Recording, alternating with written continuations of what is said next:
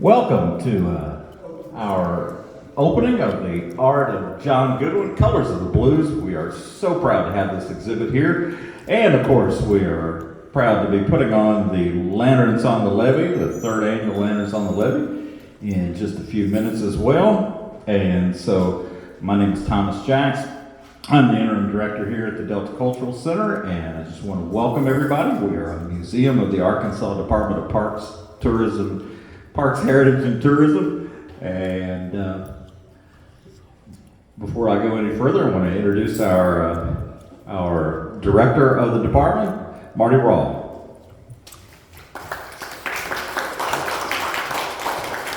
Thank you, Thomas. I appreciate it. And Thomas, of course, is our interim director over here at the Delta Cultural Center. Is doing a fantastic job. He's got a great staff here.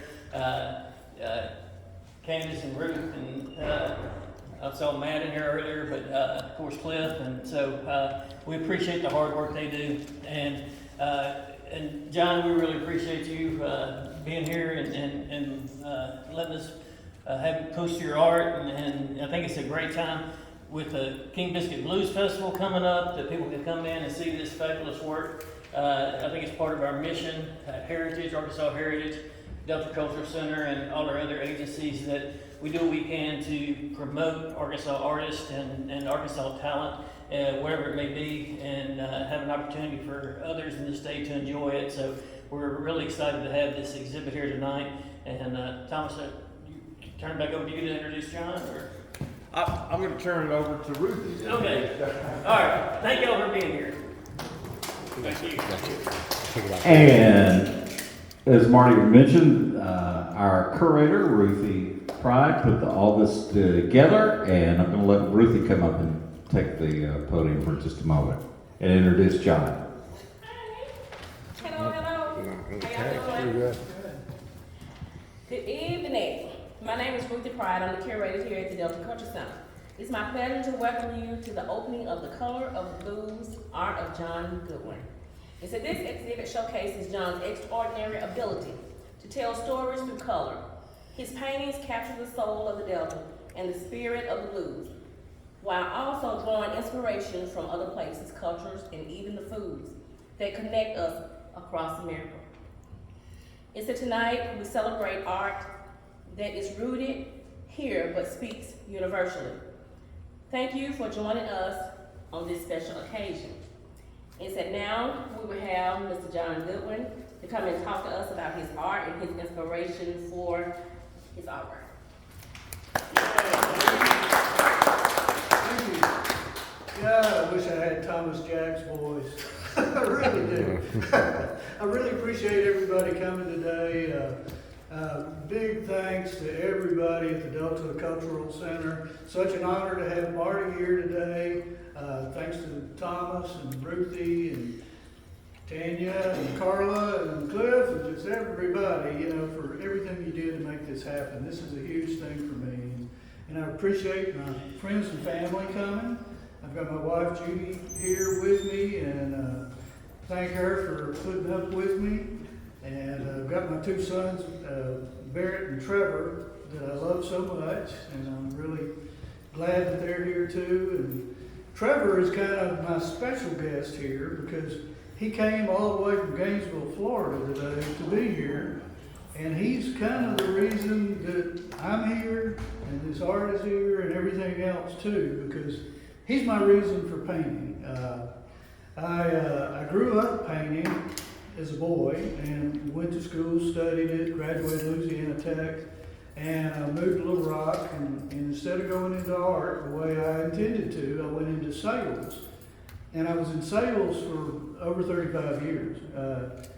I worked for a printing company, pre-press company, photography business that kind of worked with artists, so I got an opportunity to work with artists all that time, but I put the paints down, didn't do nothing for 35 plus years.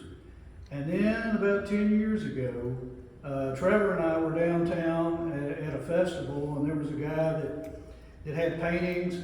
They were kind of like paint on velvet. They were what you'd see at a gas station, and they weren't very good. And I said something about that, and so Trevor said, well, I guess you think you could do better. He's a teenager. He said, yeah, I guess you think you could do better. I said, well, I used to back in the day. So he said, well, paint me Bob Marley then. And so I kind of took that as a challenge. And so I went and got my old paints and I tippy-toed around. I didn't tell anybody I was going to do this, because I didn't know if I still could or not. But I got the old stuff out and I painted Bob Marley, and it came out pretty good. And I was surprised that I still remembered even how to do that. And so my other son, Barrett, that I love so much, I said, well, I mean, I got to do something for him. And so he's a Johnny Cash fan, and who isn't a Johnny Cash fan? And so I painted Johnny Cash for Barrett. Same thing, surprise for both of them. And, I was so surprised. So Trevor not only gave me the motivation and courage and push to pick up those old paints and start doing it again, he kind of gave me a direction for what I wanted to paint too, as musicians.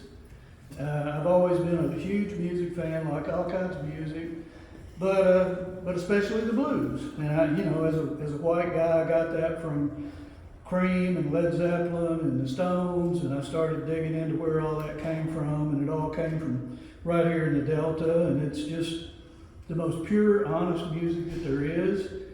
It directly reaches my heart and soul, and I knew, that I've always loved blues. And I joined the Arkansas River Blues Society in 1980, and I met a guy there named Bubba Sullivan that came up from Helena, and he was hanging out at our meetings. He wanted to start a Helena Society. He wanted to start a festival down here, and so he hung out at our meetings, and we all were just blues lovers and got together. And so I knew kind of after I did Bob and Johnny, and they came out pretty good, my next painting that I wanted to do just for me was a blues guy.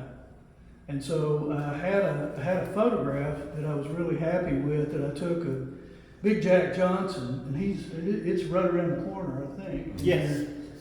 But anyway, I took a picture of Big Jack Johnson. He was playing at the Biscuit. He was on the Stackhouse stage, and he was kind of looking up at him, and big man, and I thought it was a great photo, and so I said, I'm going to paint that. And so after I painted it, I'm not an expressive painter. I'm more of an illustrator type, and I don't throw paint and, do all the stuff, that you see in gallery art. So I wanted to express his soul and emotion coming out.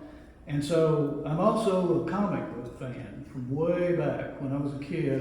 Marvel Comics, back before the movies and all that. I still love the movies, but I still have my Silver Age Marvel Comics, and I always loved the bright colors and the graphics and the way they expressed things in comics as far as action and impact marks and swirls and splashes and stars and just all the graphics that are associated with comic books.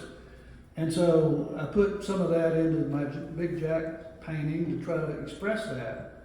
And ever since then, I've kind of been trying to think that way, is what does the sound of a harmonica look like versus what does the sound of a violin look like, or what does, and trying to paint and convey in a visual form what sound is, along with the musician. So it's not just a portrait. It's got some graphic elements that are you're kind of feeling the sound, and really my whole intent with all of this is to make it fun and inject sort of a sense of whimsy into what I do, and I don't call it fine art because you see the usual stuff in the gallery. I call my art fun art. And that's what I want it to be. I want it to be fun to look at. And that's what's hanging up today in here. And I hope everybody has fun looking at it and enjoys it. And thanks again for having me.